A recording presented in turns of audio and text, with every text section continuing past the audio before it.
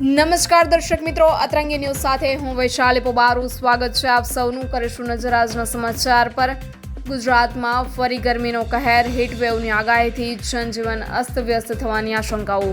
ગુજરાતમાં હવામાન વિભાગે આગામી 4 દિવસ માટે ભારે ગરમી અને હીટવેવની આગાહી કરી છે. અમદાવાદ, ગાંધીનગર સહિતના શહેરોમાં તાપમાન 42 ડિગ્રીને પાર જતું જોવા મળી રહ્યું છે. મધ્ય ગુજરાત અને કચ્છમાં હીટવેવથી હાહાકાર મચી શકે છે.